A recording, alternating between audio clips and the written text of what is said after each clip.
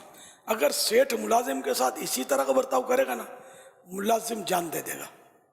ہمارے یہاں کیا ہوتا ہے، ملازم کا استحصال کیا جاتا ہے، اس کا خون چوستے ہیں اور اس کو بغیر ڈیوٹی کے علاوہ بھی اس سے کام لیتے ہیں، اور وہ بیچارہ مجبوراً مسکرا کر ہی کر رہا ہوتا ہے، مجبوراً کر رہا ہوتا ہے کہ نہیں کروں گا تو میرے کو نوکری سے نکال دیں گے. حالانکہ وہ اس کا جب اجارے کا ٹائم پورا ہو گیا اب اس سے بالجبر کام نہیں لے سکتے، گناہ گار ہوں گے، لیں گے تو. اور یہ نہ بولنے کا حقدار ہے کہ میں جا رہا ہوں، لیکن اب وہ اس کی مجالے کو جا رہا ہوں کہ آپ بولے جا پھر آنا مت، اب تو گیا نا بیچارہ. تو اس لیے یہ کہ اپنی اولاد کی طرح اگر اس کے ساتھ حسن سلوک کریں گے نا، پیار دیں گے، شفقت دیں گے، تو یہ بھی آپ کو باپ کی طرح چاہے گا.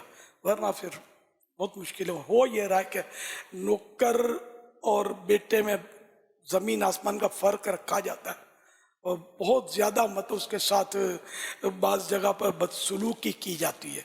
خوشی کے موقع پر اس کو یہ مانگے اس سے پہلے عیدی مل جائے اور خوش دلی کے ساتھ مل جائے، یہ نہیں کہ اب یار دینا پڑے گا ورنہ یہ پھر باتیں بنائے گا. محبت سے ایک مثال دی. اسی طرح کھانے میں پینے میں اس کو اگر وہ وہاں کھانا کھاتا ہے تو وہی کھانا جو آپ کھاتے ہیں یہ اسی کو دیا جائے. اب یہ نہیں کہ باپ بیٹا الگ کھا رہے ہیں، نوکر الگ بیٹا کھا رہا ہے. بیٹے تو بھی ہمارا بیٹا ہے، تو بھی کھا، اور ایک نوالا اس کو منہ میں رکھ دیں اپنے ہاتھ سے. آپ دیکھیں پھر یہ کیسی وفاداری کرتا ہے. سر پر نہیں چڑھ جائے گا؟ یہ بھی شیطان کا وسوسہ ہے کہ سر پر چڑھ جائے گا، سر پر نہیں چڑھے گا، یہ قدموں میں رہے گا. کیسے سر پر چڑھے گا؟ جب ہم اس کو شفقت دیں گے، پیار دیں گے تو آخر اس میں بھی تو کوئی حصہ ہے نا، انسان ہے نا آخر یار. جانور کو بھی پیار دو. اب بلی کو شش کرو گے تو بھاگ جائے گی، بچ بچ کر کے بلاؤ گے، اس کو ہاتھ پھراؤ گے تو آپ کے پاؤں سے رگڑ کھا کر آپ کا شکریہ ادا کرے گی. تو جب ایک بلی، کتا یہ سب شفقتیں سمجھتے ہیں، یار اچھا خاصا انسان ہے یہ، کیا آپ کی شفقت کو نہیں سمجھتا کہ مجھ سے پیار کرتے ہیں. اور یہ طریقے کتابوں میں دیے ہوئے ہیں. امام غزالی رحمۃ اللہ علیہ نے یاد ہے لکھا ہے کہ کبھی یہ اپنے ہاتھ سے گھی میں نوالا تر کر کے اپنے غلام کے منہ میں رکھ دے اپنے ہاتھ سے. اب وہ غلامی کا دور تو چلا گیا. اس کو نوکر پر ہم نے قیاس کیا کہ اس طرح کبھی ہم شفقت کریں گے، پیار دیں گے تو انشاءاللہ سب بہتر ہو جائے گا. اس کو نماز کی بھی ہم تلقین کریں، اس کو اپنے ساتھ جہاں جہاں ممکن ہو نماز کے لیے بھی لے جائیں تو وہ آئے گا، نماز کے لیے نمازی بنے گا. وہ کبھی جائے گا تو آپ کو زندگی بھر یاد رکھے گا کہ یار ایک سیٹھ یہ بھی ملا تھا میرے کو، میں نماز کے لیے لے جاتا تھا، کبھی آج تک ڈانٹا نہیں. پیارے آقا صلی اللہ علیہ وسلم کے پاس حضرت سیدنا انس رضی اللہ عنہ، جن کا لقب ہے خادم النبی، مشہور صحابی ہے حضرت انس بن مالک رضی اللہ عنہ، یہ فرماتے ہیں کہ میں 10 سال سرکار صلی اللہ علیہ وسلم کی خدمت میں رہا، کبھی بھی پیارے آقا صلی اللہ علیہ وسلم نے مجھے ڈانٹا نہیں، یہاں تک بھی نہیں فرمایا کہ تم نے یہ کام کیوں نہیں کیا، وہ کام کیوں نہیں کیا. کیسے جانسار صحابی ہے. اگر ہم بھی اچھا سلوک کریں گے تو یہ نہ کر بھلا ہو بھلا، ہم برائی کر کے بولیں کہ یہ بھلا کرے گا تو کبھی نہیں کرے گا، اور سر چڑھ جائے گا تو اس کو ہم مطلب سر پہ چڑھا کے رکھیں گے تو ہی میرا خیال ہے بہتری ہے. لیکن ایسا نہیں کہ جس سے وہ ہمارا بالکل کنڈا کر دے. وہ تو آپ مجھ سے زیادہ سمجھتے ہوتے ہیں، مجھے نوکر اپنے وہ نوکر رکھنے کا کوئی زیادہ تجربہ تو ہے نہیں. اور پہلے جب میں محنت مزدوری کیا کرتا تھا، اپنے کام کاج ہوتے تھے اس میں کچھ اجیر رکھتا تھا، لیکن نوکر کا تو مجھے یاد نہیں ہے. جتنا کام کیا اتنی اجرت، اس طرح کا تو یاد آ رہا ہے کہ میں نے کام کیے ہیں اور خود بھی اجیر رہا ہوں، محنت مزدوری کام بھی کیے میں نے. اور وہ زندگی گزر گئی. تو بہرحال یہ کہ شفقت کرے گا تو سیٹھ یاد رہے گا، ڈانٹ ڈپٹ کرے گا تو بھی یاد رہے گا، لیکن نفرت کے ساتھ یاد رہے گا. صلو علی الحبیب صلی اللہ علیہ محمد. سرسبز اس گلزار کے یہ پھول ہیں